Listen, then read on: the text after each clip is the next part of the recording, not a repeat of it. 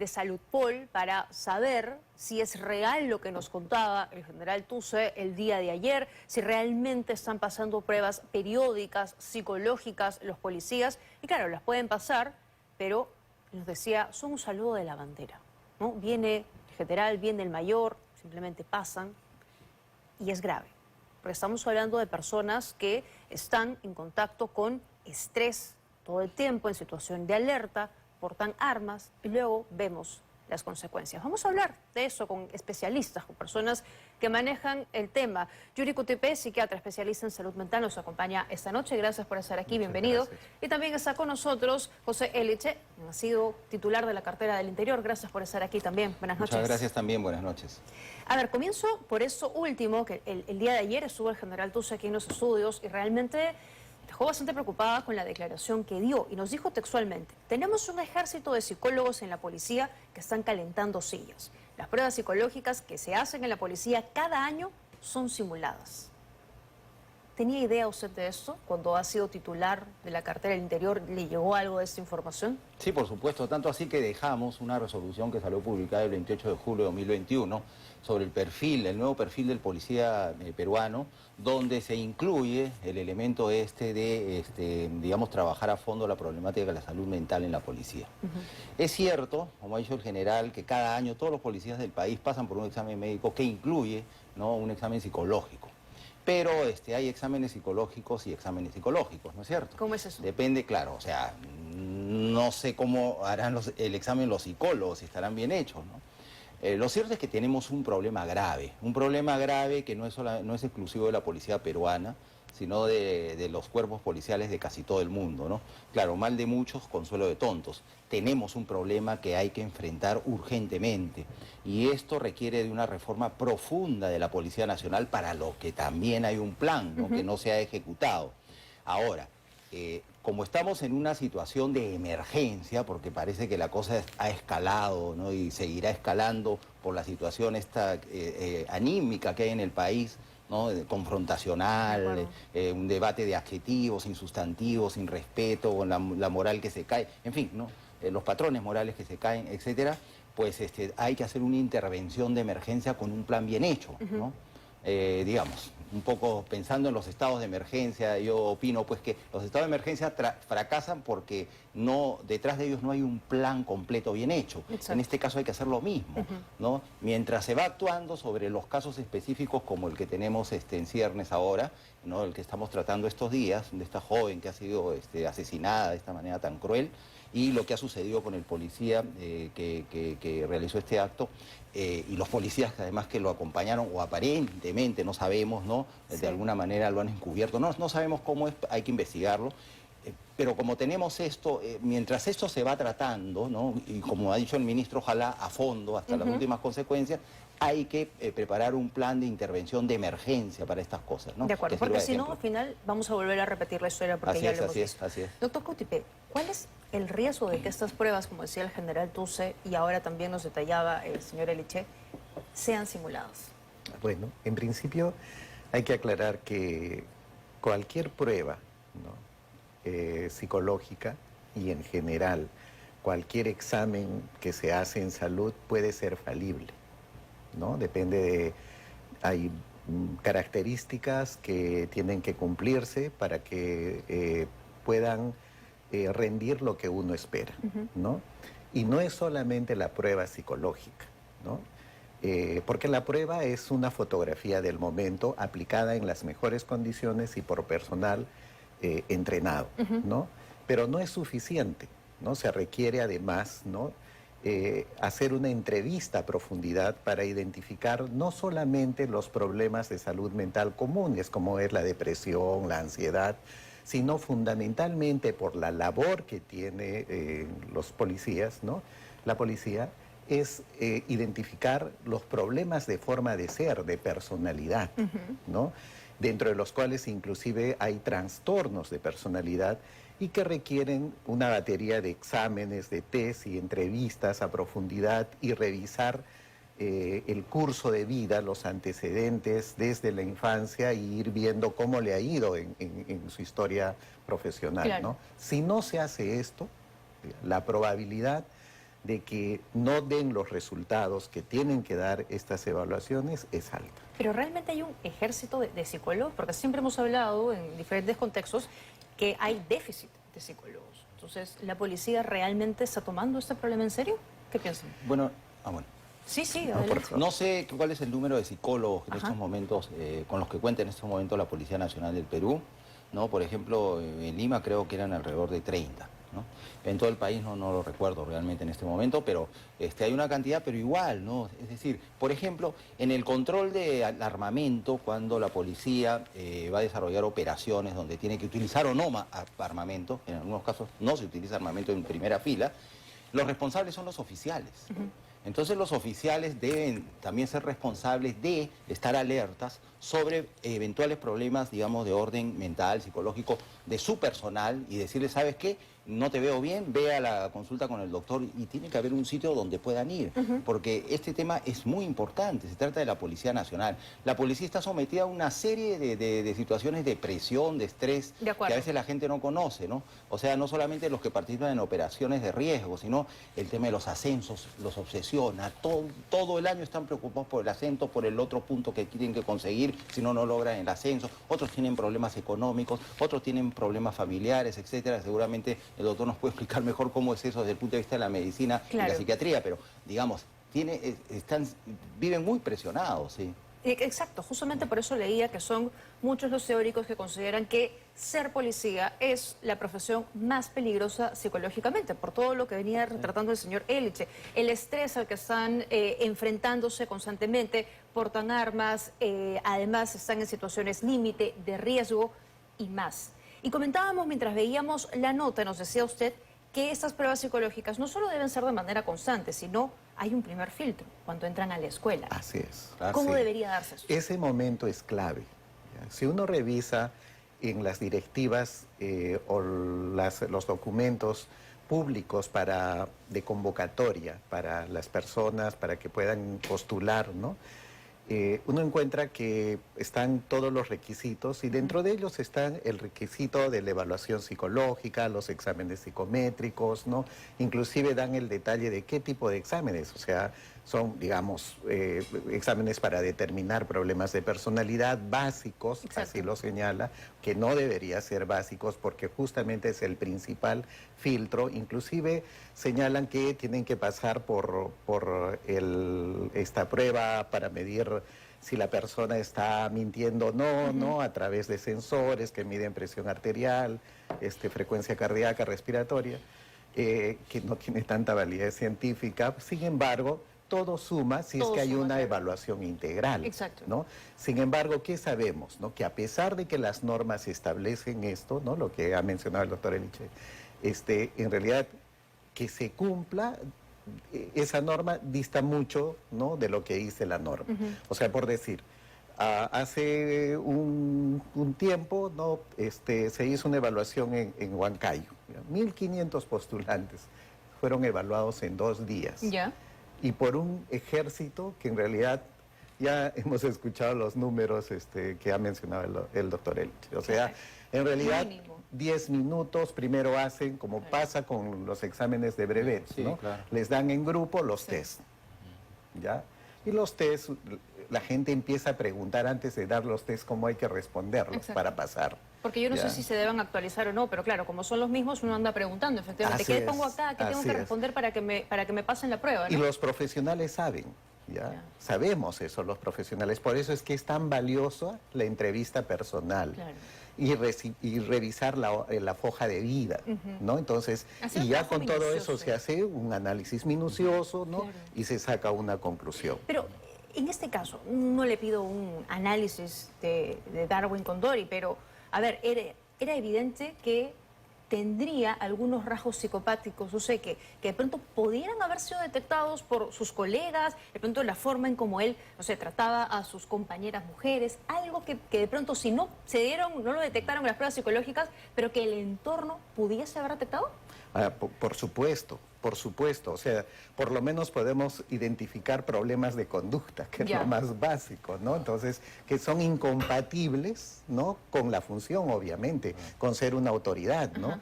Y más aún, si uno ve en los videos, ¿no? En estos videos de los diálogos que hay entre los que van a recoger los restos mortales, ¿no? Sí. Uno puede identificar, pues, más o menos características de un desarrollo de conciencia moral bastante mínimo, ¿no? Entonces, de modo que si uno hace un examen a profundidad tendrá probablemente más claridad del asunto, pero yo pienso que se va a confirmar de que en realidad hay una pobreza en el desarrollo de la conciencia moral. Durísimo, durísimo lo que nos revela.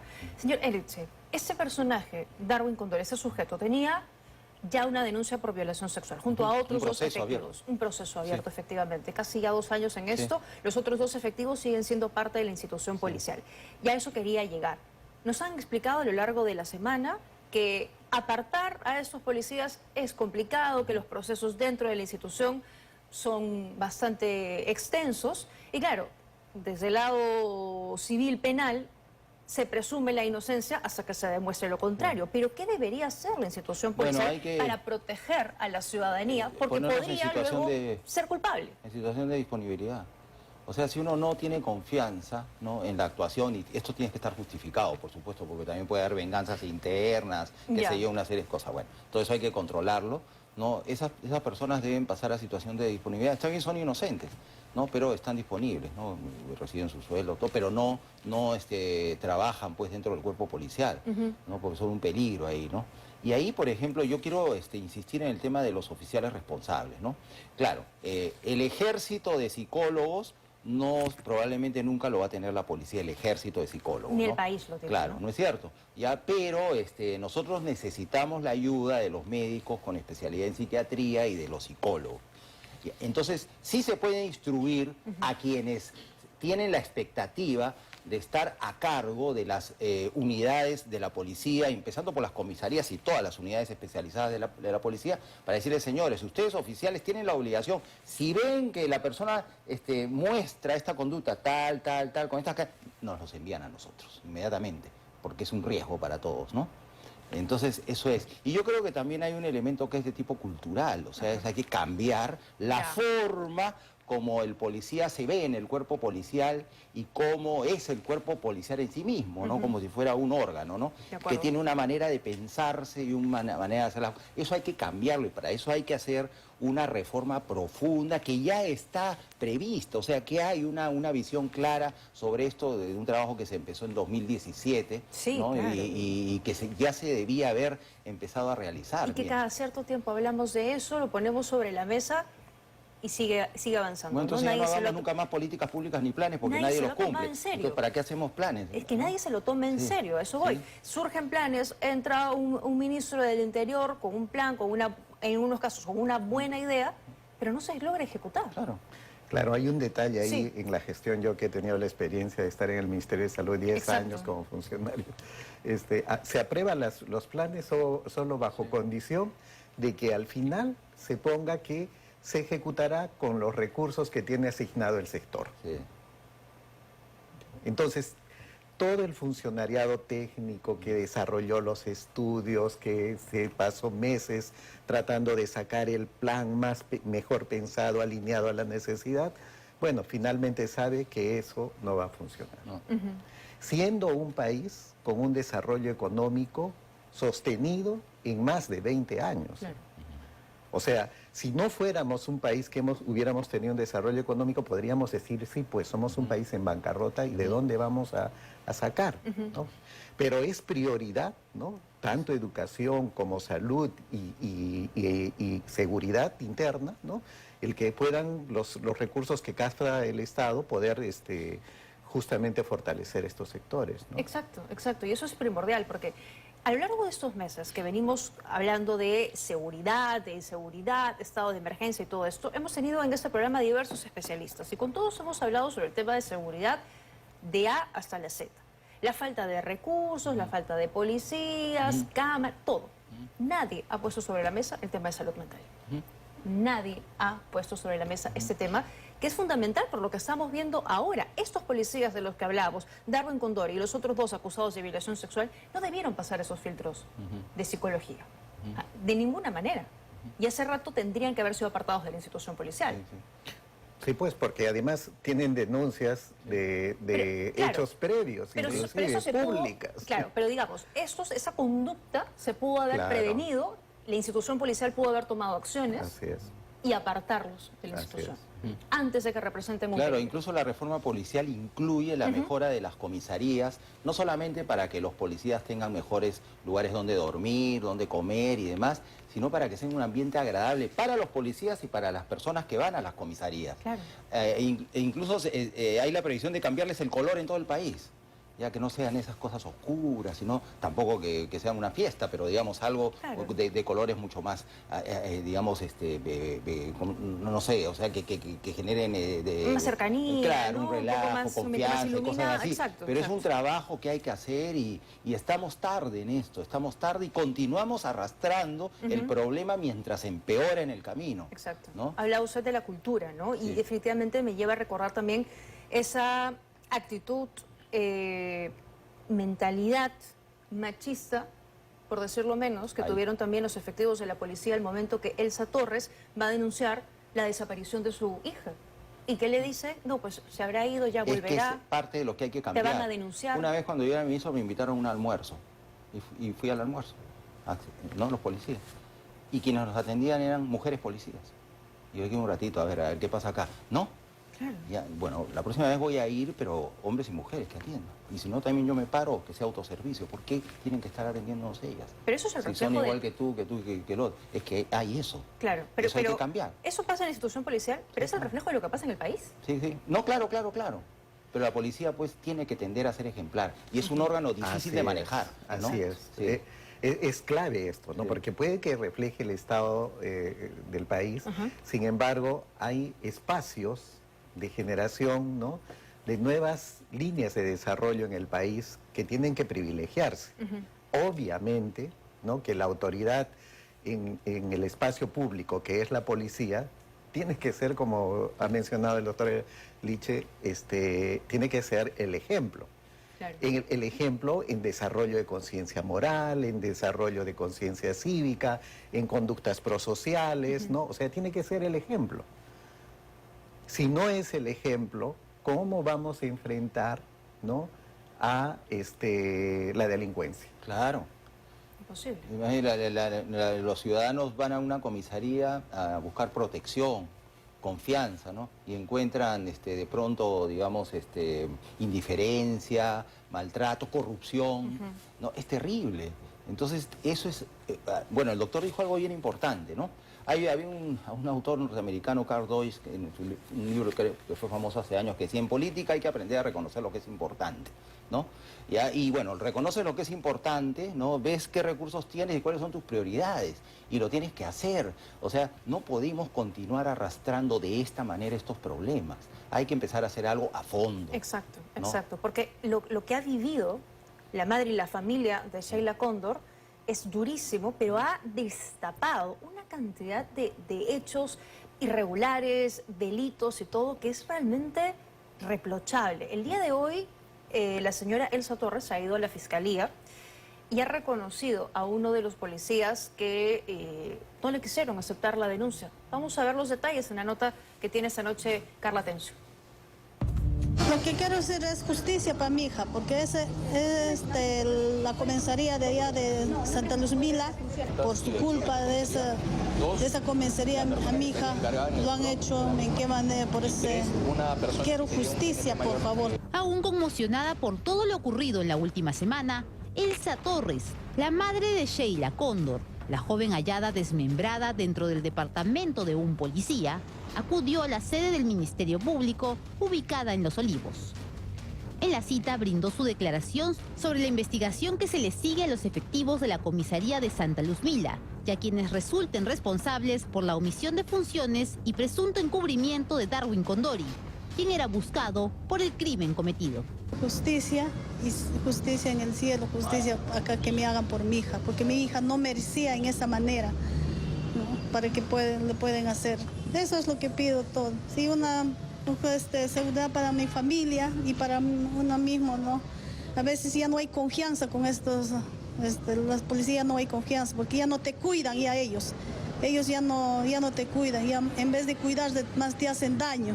Tal como revelamos en 24 horas, el sábado 16 de noviembre, horas antes de hallar el cuerpo, Condori estuvo en la comisaría.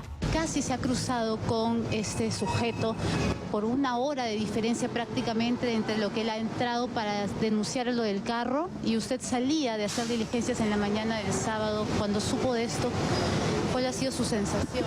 Te das cuenta lo que es, mira, cómo le incumbre a ese asesino sabiendo que ha matado y sabiendo que tenía un accidente por violación. Eso es lo que a mí me indigna, lo que no puedo entender, esa comisaría, cómo lo ha tenido esa persona. Durante cerca de 4 horas brindó su declaración y pudo así identificar a 3 de los presuntos efectivos que habrían ayudado a Condori, entre ellos el suboficial de tercera Miguel Ángel Carrera, que incluso el propio sábado a las 8 de la mañana confirmó que Sheila nunca había salido del condominio. Dentro de ese listado, entre esa gama de personas que están ya identificadas, por lo menos una tenemos a la certeza al día de hoy, que es un suboficial de tercera, apellido Carrera, en el que ya se ha podido determinar que esta persona tendría cierta implicancia con medios probatorios fehacientes de alguna eventual responsabilidad, por lo menos de la omisión, y está por esclarecerse también su encubrimiento personal. Este mismo efectivo es quien no habría recibido inicialmente la denuncia por desaparición y no consignó el nombre de Darwin Condori en la misma. El segundo suboficial, según indicó la defensa legal, sería de la Oficina de Delitos, la misma a la que Darwin ingresa a realizar la denuncia por el supuesto robo del auto negro que había alquilado, según la tesis policial, para desaparecer el cuerpo. Y el tercero, un mayor de la policía que le advierte que no vuelva al condominio. Al inicio vimos que estaba bastante nerviosa, es comprensible por toda la situación que está viviendo. Ya ha determinado su declaración para la Fiscalía respecto a este caso de omisión de funciones, el caso del comisario Santa Luzmila y también contra quienes resulten responsables por un encubrimiento personal, los agentes que podrían haber brindado información para que se logre el escape de Darwin Condori. Fueron horas muy duras para la familia. ¿De dónde ha juntado usted fuerza para poder seguir adelante con este caso y también ubicar a estos policías? Yo sé que mi hija va a hacer justicia, mi hija desde arriba. Me está dando fuerza para todo hacer estas cosas, ¿no? Ella me está dando fuerza. Por estos delitos podrían recibir una pena de hasta 15 años. La defensa está solicitando garantías para la madre de Sheila y los testigos protegidos, pues temen represalias contra sus vidas. Qué duro e inexplicable debe ser para una madre, para un padre perder a un hijo, pero aún más en estas condiciones, ¿no? Y todo lo que le ha tocado vivir a la señora Elsa Torres. No, los duelos por las pérdidas de los hijos son duelos muy traumáticos y como muy bien lo dice usted, si se ocurre en una situación así de este tipo violenta, ¿no? En realidad suelen ser duelos que no terminan. No terminan solo con la vida de la propia persona, desgraciadamente, por más apoyo que se dé. El apoyo psicológico, psicosocial es muy necesario para disminuir la intensidad del sufrimiento, para ayudar a que se logre, con la esperanza de que se logre pasar esta pena, esta tristeza que en realidad es normal, pues, ante una situación así, ¿no? De este tipo. Pero es muy difícil de superarlo. Desgraciadamente, quienes trabajamos en la clínica sabemos lo difícil que es para los padres superar una pérdida de este tipo. ¿Y por qué se produce esta aparente, yo diría, evidente encubrimiento policial? Bueno, es parte, pues es que todo, vuelvo otra vez, ¿no? Todo es un tema, vamos a decirlo así, de liderazgo, ¿no? Quienes están a cargo de las unidades. Bueno, ahora ya la Inspectoría de la Policía y sus órganos seguramente están interviniendo, ¿no? Para ver la parte, digamos, disciplinaria administrativa, igual que el Ministerio Público para ver la parte penal. Entonces, ahí las instituciones sí tienen que actuar con rapidez, ¿no? Y con claridad en todo este tema, y informar en la medida de lo posible, porque también la investigación administrativo-disciplinaria en la policía, según la ley, también es reservada, igual que el proceso penal. Bueno, ya. Entonces, pero hay que actuar así, ahí de esta manera. Y bueno, hay buenos De policías, acuerdo. hay muchos policías que quieren a su institución, que quieren hacer las cosas bien, que cuando el dinero no les alcanza tienen su negocio aparte, etcétera, y en sus horas libres con su familia lo desarrollan, me consta todo eso, ¿no? Y la gran mayoría de policías no pueden corromperse porque están en unidades donde no es posible, digamos, ¿no? Salvo por sus relaciones, algunos lo harán. Tendrán ética Pero también. el problema más grave está justamente en los policías que interactúan permanentemente con el público, ¿no? Porque ahí tienen más oportunidad para corromperse. Y eso también tiene que ver con quienes están a cargo. Un buen comisario no permite ningún acto de corrupción, yo lo he visto, ¿no? Pero hay comisarios pues que hasta organizan la cosa, ¿no? Entonces, esto tiene que cambiar. Hay que pedirle a los buenos policías que reaccionen, así como pedimos a la ciudadanía que reaccione contra la corrupción, igual en la policía. A mí me Tienen sigue- que reaccionar para estar en un lugar digno, esa policía que quieren, donde quieren vivir bien y con sus familias y demás, ¿no? Me Sí. sigue preocupando que hayan tantos efectivos policiales hoy denunciados. Insisto, son más seguramente los Sí, buenos y hay sí. muy buenos efectivos, pero hay por lo menos, al menos, 600 policías en actividad siendo investigados por delitos y faltas graves, desde homicidios hasta violencia de género. Me comento 3 nada más de los últimos meses y que han salido en prensa. El de Salomón Quispe Mamani, que el 6 de agosto, se supo oficial, disparó y asesinó a 3 miembros de una misma familia en un bus interprovincial en Chincha. Quispe dijo que la familia lo estaba siguiendo para asesinarlo. Esto quedó confirmado, se cayó su teoría por las cámaras de seguridad y ahorita está con prisión preventiva. O tenemos el caso de Anderson Quispe Briones. En octubre de este año asesinó a Rudy Lozano Obispo de un disparo en el pecho tras una discusión en un bar de Cajamarca. Según los testigos, el policía estaba bajo los efectos del alcohol, huyó, pero luego se entregó a las autoridades y le han iniciado procesos disciplinarios para retirarlo del cargo.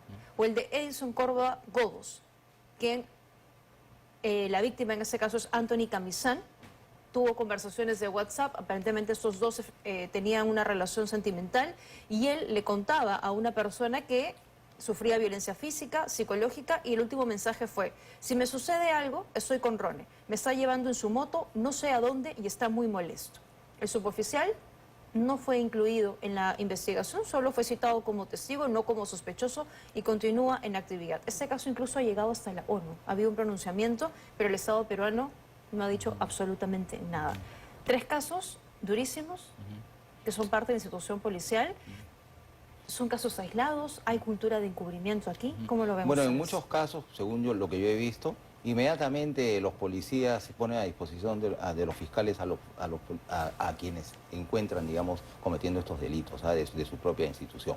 Pero hay algunos que no, pues, ¿no? Y suceden estas cosas, ¿no? Como lo que estamos viendo, que parece que hay encubridores, cómplices, no sé, ¿no? O cosas por el estilo. ¿Qué habrá detrás? ¿no? Pero mucho depende, lo repito, ¿no? De quién está a cargo de cada una de las unidades operativas, desde las comisarías hasta todas las unidades operativas. Eso es lo que pone, digamos, eso es lo que hace la diferencia. De acuerdo. Sí. Y ese es un tema que debería ser tomado como prioridad, ¿no? Claro, por supuesto, ¿no? Y a propósito de lo mencionado, ¿no? Con estos casos. Fíjese, los estudios a nivel mundial dicen que aproximadamente hay dependiendo de cada país, entre 1 y 2%, algunos países 3 o 4% de su población con trastornos de personalidad de este tipo, dentro de los que están la psicopatía. Dentro de este gran bolsón, digamos, hay un número muy importante de casos que se denomina de psicopatía primaria, ¿ya? Y otros de psicopatía secundaria, ¿no? Y ojo, y esto quiero aclararlo, no tiene nada que ver esto con psicosis, con esquizofrenia, nada que ver, ¿no? Ese es otro tipo de problema. De acuerdo. ¿Ya? Esto es forma de ser, ¿no? Es la forma de ser mediante la cual la persona como que no siente el dolor ajeno y hasta podría sentir satisfacción, ¿ok? Y otras características más. Pero la psicopatía primaria serían casos que nacen, ¿ya? Y que hay neurobiológicamente, digamos, adrían a algunas características que hacen imposible o poco probable o que pueda aprenderse, ¿no? Las reglas de socialización, ¿no? Entonces, y sentir ese dolor por el dolor ajeno. De acuerdo. ¿Ya? Pero está la psicopatía secundaria, que depende del contexto, ¿ya? En situaciones de guerra, por ejemplo, ¿no? aumenta la psicopatía secundaria por la sobrevivencia, por la necesidad de sobrevivencia, ¿no? Pero habría que preguntarnos, ¿no? En nuestro caso y en nuestra policía, ¿qué está pasando, ¿no? Que está como que desbordándose por lo menos estas conductas que podríamos decir son psicopáticas, ¿no? O sea, ¿qué está pasando con esta cultura, como lo mencionó, la cultura organizacional, como lo mencionó el doctor Elich, ¿no? O sea, este espíritu de cuerpo, estas reglas no escritas, ¿no? En los espacios de trabajo, que hace que se oculten, que que haya una especie de contagio social de la conducta psicopática, ¿no? Que tiene que ver con ser el más vivo, de eso, de ese refuerzo del malentendido criollismo, ¿no? Porque es un malentendido. De acuerdo. Entonces, de modo que hay que poner también mucha atención en eso, y la reforma a profundidad, ¿no? Implica ir a profundidad en este caso, como lo ha dicho el ministro del Interior, implica no solo encontrar los responsables, pues, o sea, no solo ponernos el foco en este caso, sino que este caso, reforma, llegar hasta la profundidad implicaría justamente relanzar a la policía, a todo el cuerpo policial, a través de una nueva estructuración, inclusive de la cultura organizacional. Ojalá sea ese punto de inflexión que el país necesita, que el país requiere, porque mientras esta semana hemos estado evocados en este caso, que ha sido sumamente importante darle digamos, la prioridad, mientras tanto las organizaciones criminales siguen avanzando, siguen pululando, ganando terreno. Quería finalizar con este video que, bueno, ha circulado todo el día en las redes sociales. Un grupo de efectivos de la policía atendieron a una joven en La Victoria que estaba teniendo un ataque de epilepsia, pero se pusieron a rezar. Creo que se logra escuchar ahí en el video un poco que están rezando. Nosotros perdonamos a los delincuentes, no nos dejen caer en tentación, líbranos del mal. Y me llamaba la atención, los policías no reciben clases de auxilio, Los primeros policías, auxilios. esa es otra cosa que pocos conocen de la policía. La policía tiene, en algunos casos, recursos que son muy útiles, pero no los utilizan. Por ejemplo, una vez yo participé en una intervención durante la pandemia con policías y 6 policías no podían reducir a una sola persona, que era un licenciado, decía él, de las Fuerzas Armadas. ¿Cómo es posible? 6, no podía. Y cuando ya lograron reducirlo, nadie tenía esposas, ¿no? Entonces dije, acá hay algo mal. Entonces llamé al comandante general, nos reunimos todos y dijimos, ¿qué cosa hacer? Cuando en eso conozco a los instructores en este tema en la policía, lo mejor que he visto. Y nos pudimos instruir en todo el país a la policía, ¿no? Y participé, por ejemplo, en una de las instrucciones y el instructor les enseñaba muy bien y después les pedía a los policías que actúen, que ellos hagan el ejercicio, y el instructor se ponía, digamos, como el delincuente que tenían que reducir. Ya. Y los policías de manera automática ya lo tenían reducido con las técnicas que enseñó y después lo pateaban en el suelo.